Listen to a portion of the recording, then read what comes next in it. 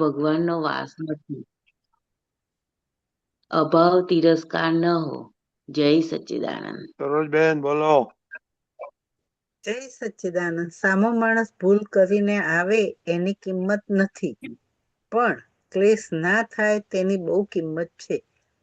ક્લેશ છે ત્યાં ભગવાનનો વાસ નથી. 8 એપ્રિલ અભાવ તિરસ્કાર ના હો.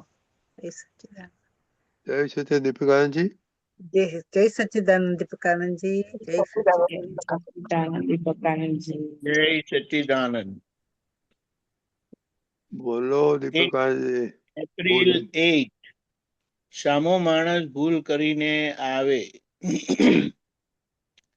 એની કિંમત નથી, પણ ક્લેશ ના થાય તેની બહુ કિંમત છે. ક્લેશ છે ત્યાં ભગવાનનો વાસ નથી. પહેલી વાત, ભગવાન એટલે ત્યાં જ્ઞાન નથી, સમજણ નથી, સૂઝ નથી, વિવેક નથી. કારણ કે જ્યાં ભગવાન છે ત્યાં સમજણ છે, ત્યાં માણસાઈ છે, ત્યાં વિવેક છે. એટલે અહીંયા આપણે સમજીએ કે આ વ્યવહારમાં આ લોકોએ શું કીધું છે ખબર છે? તમારાથી ભૂલ ના થઈ હોય ને તો વળજો. કે યાર ભૂલ તો થઈ છે, ભૂલ તો મારાથી પણ થાય છે, પછી હું વઢું કેવી રીતે? અહીંયા એ વાત છે. એટલે વઢવાણ, ખેંચા ખેંચી, ક્લેશ, ત્યાં સામસામા મન તૂટી જાય છે, હૃદય ભાંગી જાય છે. અને આ જે બધા ઘા પડે છે ને એ ક્યારે રૂઝાતા નથી. અને દાદાએ જોવા જાય ને તો અહીંયા જ કામ કર્યું છે કે લોકોના હૃદયના ઘા એમણે રૂઝાયા છે. અને એવો પ્રેમ આપ્યો ને કે જે પ્રેમથી બધા ખીલી ગયા. અને સૌથી મોટો પ્રેમ કયો? કશી વસ્તુ આપીને પ્રેમ નથી અપાતો, અભેદતાનો. કે તમે ને હું એક જ છીએ, હું તમારી સાથે જ છું,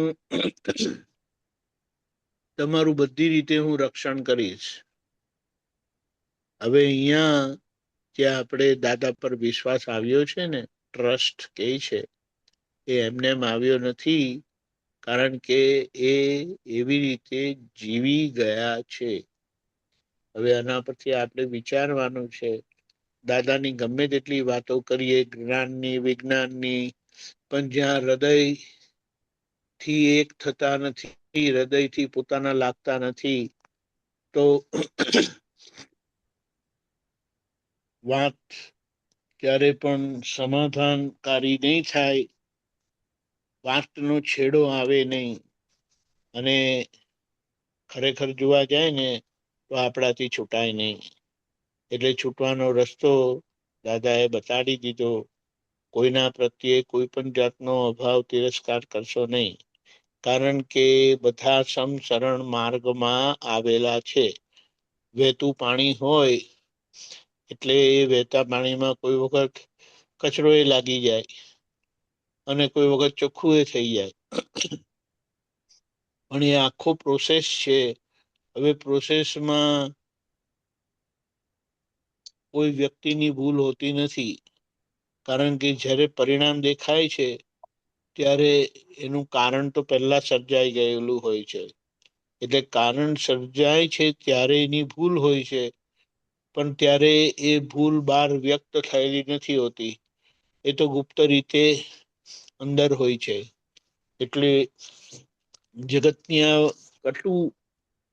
કડવી હકીકતને સમજીને, સ્વીકારીને આપણે જીવી જવાનું છે. અને ત્યારે આ બધા પ્રકૃતિના કુદરતી ફૂલ જે છે એ બધા ખીલશે. અને ખીલેલા ફૂલ સુગંધ પણ આપશે, અને બગીચાને શોભાવશે પણ. એટલે આ માનવ સમાજ અને પ્રકૃતિની શોભા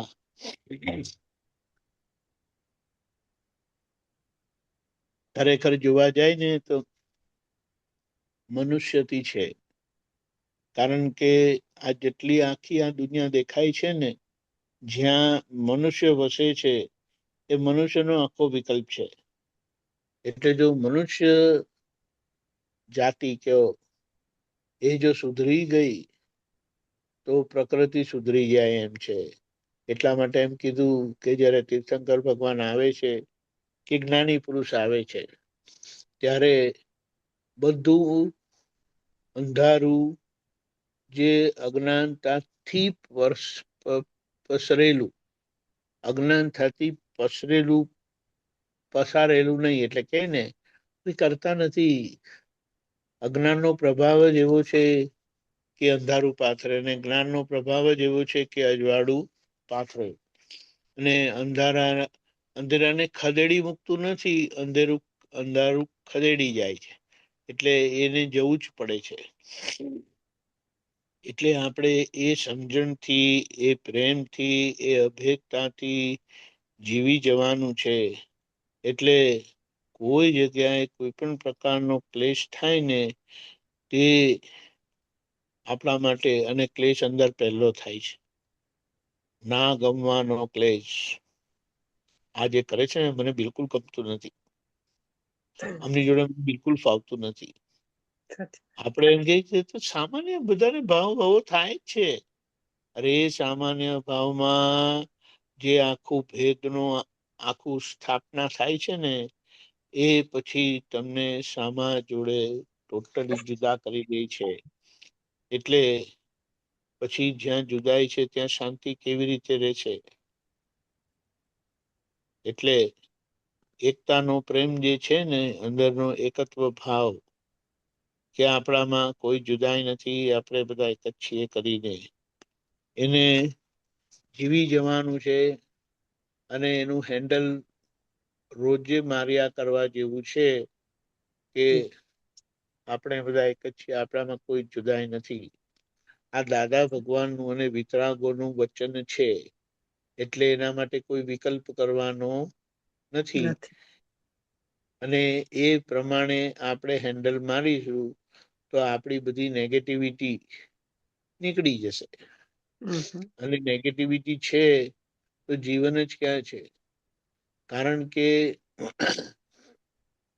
આપણે એમ કહીએ કે નેગેટિવિટીના પ્રભાવમાં આખી દુનિયા છે. આજે આખું જે વાતાવરણ સર્જાયેલું છે તે પોઝિટિવિટીનું પરિણામ છે કે નેગેટિવિટીનું પરિણામ છે? એટલે આપણે શું કહીએ, આ દાદાના અક્રમ વિજ્ઞાન થકી અને દાદાની કૃપાથી, દાદાના જ્ઞાનથી, દાદાના અક્રમ વિજ્ઞાન થકી જે આખી પોઝિટિવિટી ની હવા ફેલાય છે એને ફેલાવા દો. આજે જગતને એને બહુ જરૂરી છે, અને કૃપાથી આ તે થયેલું છે ને, દાદાએ કીધું છે 500,000 વર્ષ લગી તો આ ખેંચી જ નાખશે. કે લોકોને કળિયુગમાં સતયુગની શાંતિ આવશે, અને ખરેખર જોવા જાય ને કળિયુગમાં દ્વાપરની શાંતિ આવશે. દ્વાપરની શાંતિ એટલે જ્ઞાન સહિતની શાંતિ, સમજણ સહિતની શાંતિ. અને સતયુગની શાંતિ એટલે શું કે ત્યાં જ્ઞાન નથી હોતું, ત્યાં સમજણ નથી હોતું, ત્યાં બાળક જેવા બધા, એ કામનું નથી. દ્વાપરમાં બધા સમજુ, વિચક્ષણ અને વિવેકથી જીવી જનારા લોકો હોય, કારણ કે ભગવાનનો પ્રભાવ હોય છે દ્વાપરમાં. એમ કહેવાય છે કે 2 તીર્થંકર ભગવાન વચ્ચે, દાખલા તરીકે પાર્શ્વનાથ ભગવાન અને મહાવીર ભગવાન વચ્ચે લગભગ 250 વર્ષની ગેપ હતો. અને એ 250 વર્ષના ગેપમાં, એટલે લાંબો ગેપ હતો, એક્ઝેક્ટ એની આંકડો નથી ખબર, પણ દાદા પાસે વચન સાંભળેલું કે એ ગેપના લીધે જે અંધારું છવાઈ જાય છે, શાસન તો પાર્શ્વનાથ ભગવાનનું જ હતું, પણ દ્વાપર હોવા છતાં બીજા તીર્થંકર એટલે એમની હાજરી નથી, ફિઝિકલ હાજરી નથી. તો તેવા સમયમાં કેવો અંધાપો છાઈ જાય છે કે એટલે શું કહેવાય, સમજણની વાત જ આખી ખોવાઈ જાય છે. જી એટલા માટે મહાવીર ભગવાન આવ્યા, તો મહાવીર ભગવાને પાંચમું મહાવ્રત મૂક્યું કે જેથી કરીને આગળ એટલે ભવિષ્યમાં આની જે મિસઅન્ડરસ્ટેન્ડિંગ અને જેના કારણે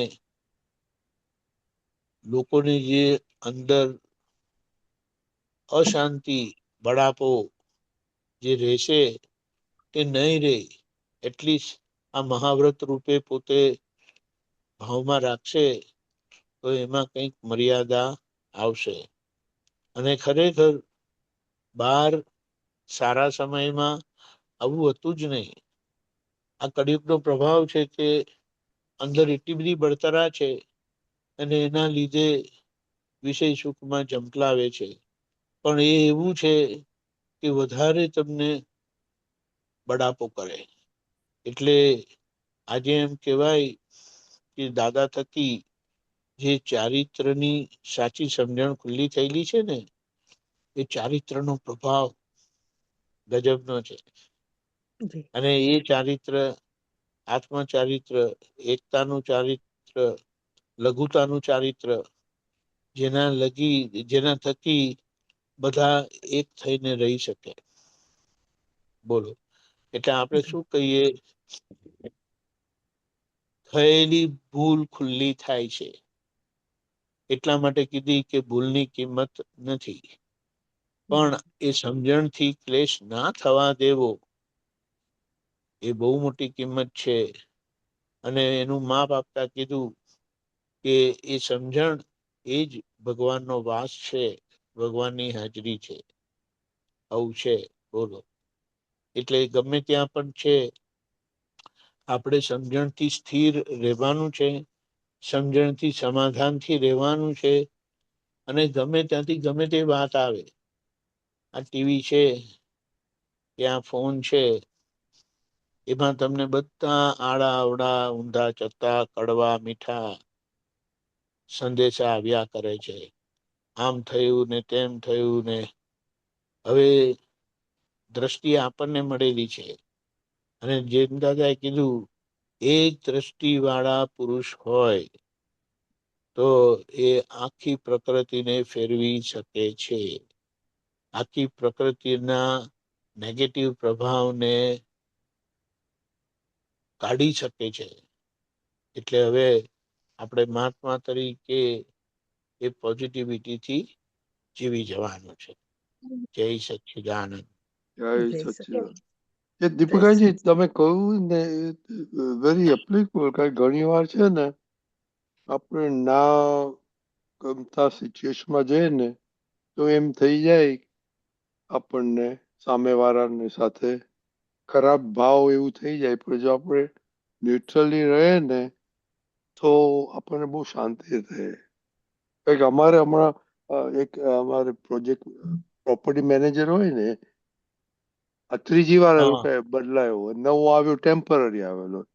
એટલે એના પ્રેસિડેન્ટ સાથે મારે વાત કરતો હતો ત્યારે અમે ઝૂમ ઉપર, ત્યારે મને અંદર બહુ ખરાબ લાગતું હતું કે આ લોકો શું કરે છે. તો અમે ટ્રેન કરીએ છીએ ને પાછા ભાગીએ, ટ્રેન કરીએ ભાગે અને પછી આજે પાછા ટેમ્પરરી માણસનો ફોન આવ્યો તો રજની બહુ સારી રીતના વાત કરી. અને એટલે તમે કહ્યું ને, એટલે પ્રજ્ઞાશક્તિ કોઈ ભાઈ સારી રીતના વાત કરીને પતાવી દે ને. વાત સાચી છે. ને એકચ્યુઅલી છે ને, આજે આપણે કહીએ માણસોને સાચવવાના છે, કહીએ છે ને, કે માણસોના અહંકારને સાચવવાનો છે. કારણ કે આ માણસો કહીએ છે આપણે, પણ બધા ઈગો ના સ્વરૂપ છે. હવે ઈગો એટલે પ્રોજેક્ટેડ ડુઅરશિપ. જે પ્રોજેક્ટ આગળ થઈ ગયેલો છે, એટલે આજે તો એનું પરિણામ મળે છે, આપણને જોવા મળે છે. એટલે એવા સાથે તમે થોડી લોકીથી વાત કરી, સમાધાનથી વાત કરી, ઈગોને જે પહેલું કલમ છે એને લક્ષમાં રાખીને વાત કરી, એટલી બધી શાંતિ થાય એમ છે ને, અને અહંકાર સંતોષ આવ્યો તો કંઈક સારું કામ થાય એમ છે. જય જી સચ્ચિદાનંદ. દીપકાજી એમાં પાછું શું થયું કે પાછું પ્રજ્ઞાથી બતાવ્યું કે ભાઈ હા હા કરી નીકળી જા ને, તારું શું બગડવાનું છે આમાં. આઈ ટેલ યુ, પ્રજ્ઞા સંધ્યાએ જોરદાર કામ કર્યું. જય સચ્ચિદાનંદ. જય સચ્ચિદાનંદ. જય સચ ગૌરવજી. જય સચ્ચિદાનંદ. We can start. प्रातः विधि। श्री सिमंदर स्वामी ने नमस्कार